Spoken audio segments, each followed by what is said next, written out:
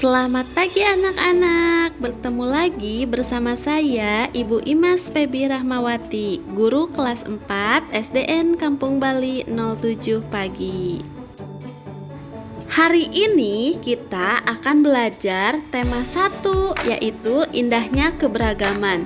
Subtema 1, keberagaman budaya bangsaku, pembelajaran 1. Tahukah kamu, Indonesia terdiri atas berbagai macam suku bangsa dan budaya, namun tetap dalam satu wadah NKRI. Keragaman tersebut merupakan anugerah dari Tuhan Yang Maha Esa dan kita wajib mensyukurinya. Berikut adalah bacaan tentang keragaman budaya Indonesia dengan judul Pawai Budaya. Pawai budaya sangat menarik bagi warga Kampung Babakan. Pawai ini selalu menampilkan keragaman budaya Indonesia. Udin dan teman-teman tidak pernah bosan menanti rombongan pawai lewat. Tahun ini mereka datang ke alun-alun untuk melihat pawai tersebut. Kakek Udin pun terlihat sabar menanti. Terdengar suara gendang yang menandakan rombongan pawai semakin dekat. Apa yang dibicarakan pada paragraf pertama? Paragraf pertama pada teks Pawai Budaya ini membicarakan pawai budaya sangat menarik khususnya bagi warga Kampung Babakan. Setiap bacaan biasanya terdiri atas beberapa paragraf. Setiap paragraf memiliki gagasan pokok yang didukung oleh gagasan pendukung. Gagasan pokok adalah ide utama yang dibahas dalam suatu bacaan, dapat berupa kalimat inti atau berupa pokok paragraf. Gagasan pendukung adalah uraian atau tambahan informasi untuk gagasan pokok. Gagasan pokok adalah sebuah inti pembahasan yang tertulis dalam paragraf. Gagasan pokok ini menjadi dasar dalam mengembangkan sebuah paragraf.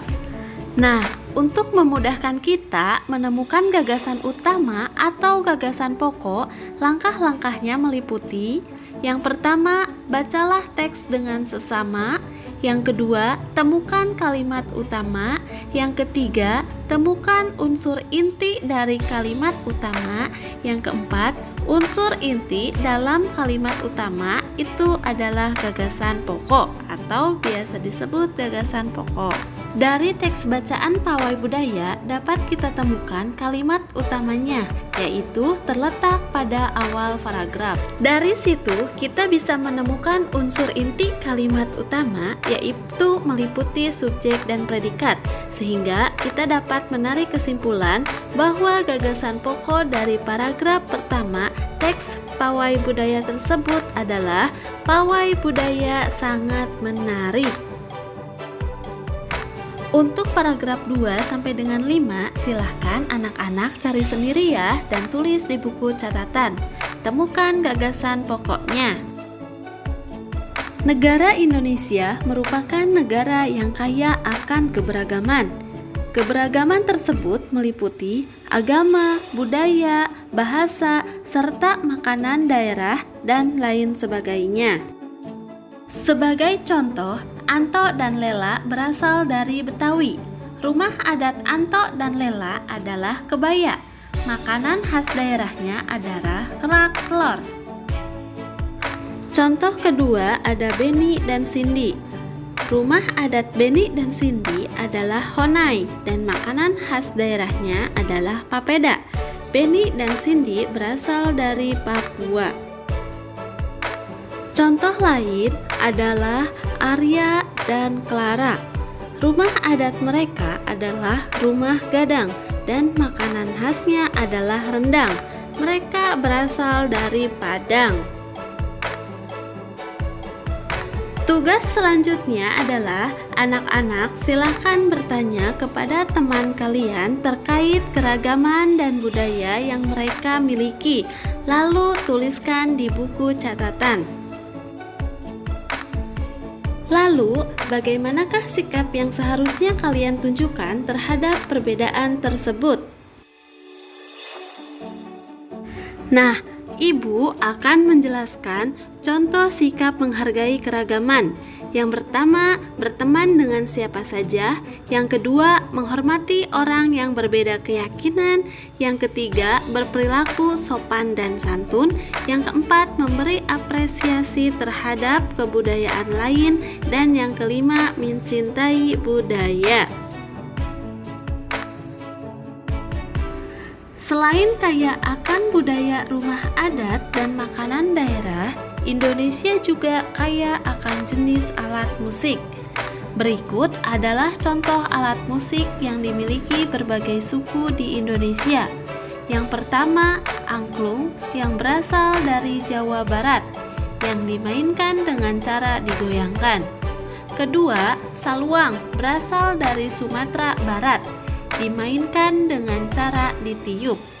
Ketiga, ada kendang berasal dari Jawa Barat. Lalu ada tifa yang berasal dari Papua yang dimainkannya dengan cara dipukul. Dan selanjutnya ada kecapi yang berasal dari Jawa Barat yang cara memainkannya yaitu dipetik. Alat-alat musik yang dimainkan dengan cara digoyangkan, ditiup, dipukul, dan dipetik akan menghasilkan bunyi. Hal ini karena alat-alat musik tersebut menghasilkan getaran. Lalu, bagaimana caranya untuk menghasilkan bunyi lebih keras? Caranya yaitu dengan memperbanyak jumlah getaran, maka bunyi yang dihasilkan akan semakin keras. Dan jumlah getaran dalam setiap detik disebut dengan frekuensi.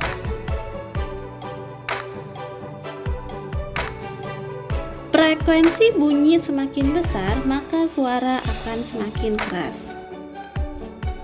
Alhamdulillahirobbilalamin, pembelajaran hari ini dicukupkan sekian. Kalian tetap semangat dan tetap jaga kesehatan. Billahi taufiq wal hidayah. Wassalamualaikum warahmatullahi wabarakatuh.